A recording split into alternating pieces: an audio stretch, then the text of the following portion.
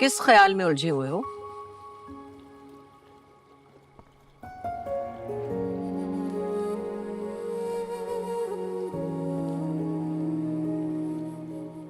क्या सोच रहे हो? प्लीज।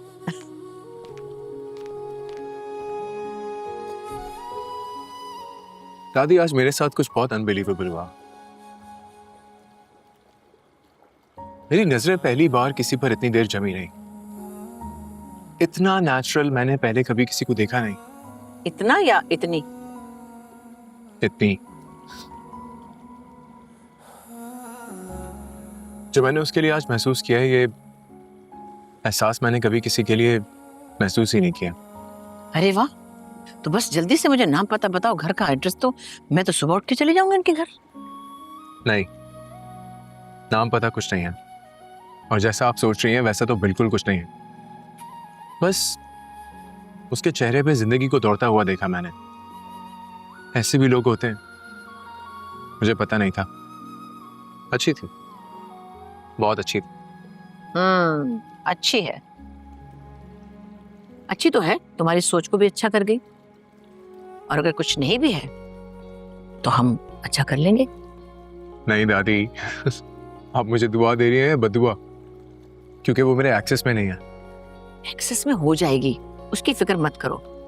बस मुझे बताओ क्या करना है। ये लव एट फर्स्ट साइट नहीं है दादी, बस अच्छी लगी। यही तो है लव एट फर्स्ट साइट वाली सिचुएशन। बात यह है कि इंसान को उस वक्त एहसास नहीं होता, बाद में पता चलता है कि कुछ हो गया है, कुछ तो हुआ है। क्या जब आप दादा से मिली थी तो आपका भी लव एट फर्स्ट साइट था? उफ, अरेंज मैरिजेस होती थी उस वक्त, लॉटरी निकलती थी। अच्छी निकली तो ठीक, नहीं तो ठुस। इतना ताकतवर होने के बावजूद तुम्हारे लिए कुछ नहीं कर सका। तुम मान क्यों नहीं लेती कि अली खान हमारी बॉन्ड से बहुत दूर है? आप ये बात पहले भी कई बार कह चुके हैं, और जितनी बार भी दोहराएंगे मुझ पर कोई असर नहीं होगा। हाँ, अगर मेरी आंखों में आंखें डालकर बोलें तो शायद मैं सोच भी लूं।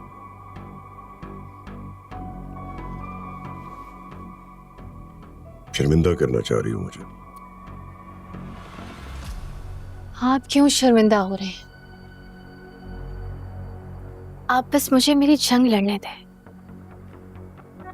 रिजेक्ट किया था ना उसने मुझे। अब मेरी जिंदगी का बस एक ही मकसद है, I want to see him suffer. सिर्फ एक ही मकसद है।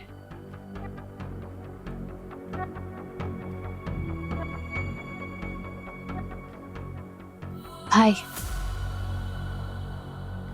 मुझे लगता है मेरी जिंदगी में सिर्फ नुकसान ही बचा है। तो मुझसे ज्यादा उम्मीदें ना लगाएं आप, और हो सके तो अली खान से नफरत में मेरा साथ दें। Just how a brother should. और सुनी ना आपने मेरी बात, सिर्फ एक मकसद। बहुत मालूम से ये तो फरार होना हो गया, और आपको पता है ना, भागती नहीं हूं मैं, तड़पाना चाहती हूं उसे।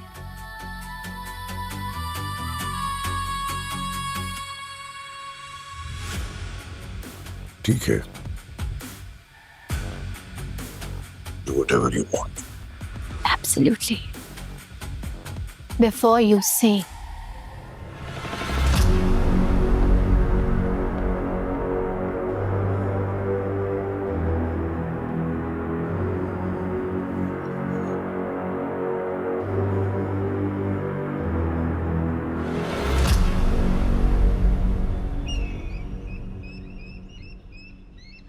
नैन साहब को बुलाया है, मैं अपने सारे ऑफिस को खुद विजिट करूंगा। बहुत अच्छा है। अब देखो ना, जब तुम अजनबी बन के अपने दफ्तरों का विजिट करोगे अपने बिजनेस को देखोगे, तुम्हें कोई पहचानता नहीं होगा, तो तुम बहुत क्लैरिटी के साथ देख सकोगे वहां हो क्या रहा है। देखो मैंने अच्छा किया ना, तुम्हें सोशल मीडिया से दूर रखा, तुम्हारा एक्सपोजर नहीं होने दिया, किसी ने तुम्हारी तस्वीरें भी नहीं देखी हुई, लोगों को पता ही नहीं कि तुम मालिक हो। इससे देखना कितना फायदा हो गया। और अब सही वक्त आ गया। आपका विजन वाकई बहुत स्ट्रांग है, दाद देनी पड़ेगी।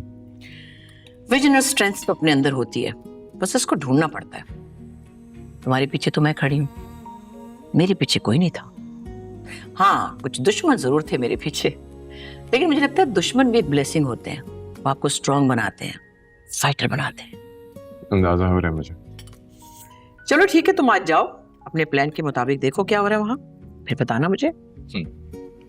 चाय चाहिए तुम्हें गरम? नहीं, है मेरे पास। Thank you.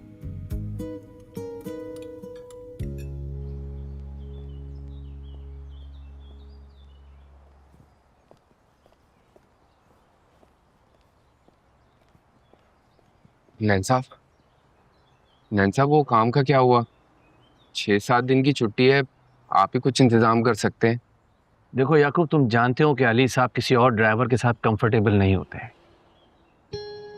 है? वाकई ऐसा है नैन साहब? क्यों, क्या हुआ?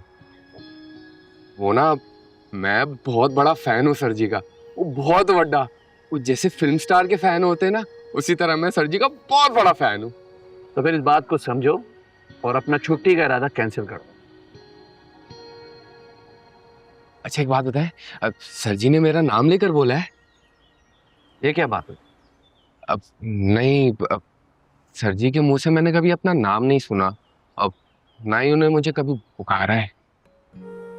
देखो याकूब, तुम इस घर के उस वफादार ड्राइवर के बेटे हो जिसने अपने मालिक की वफा की खातिर अपनी जान दी, और खान साहब कभी अपने वफादारों को नहीं भूलते, और ये बात वो जानते हैं।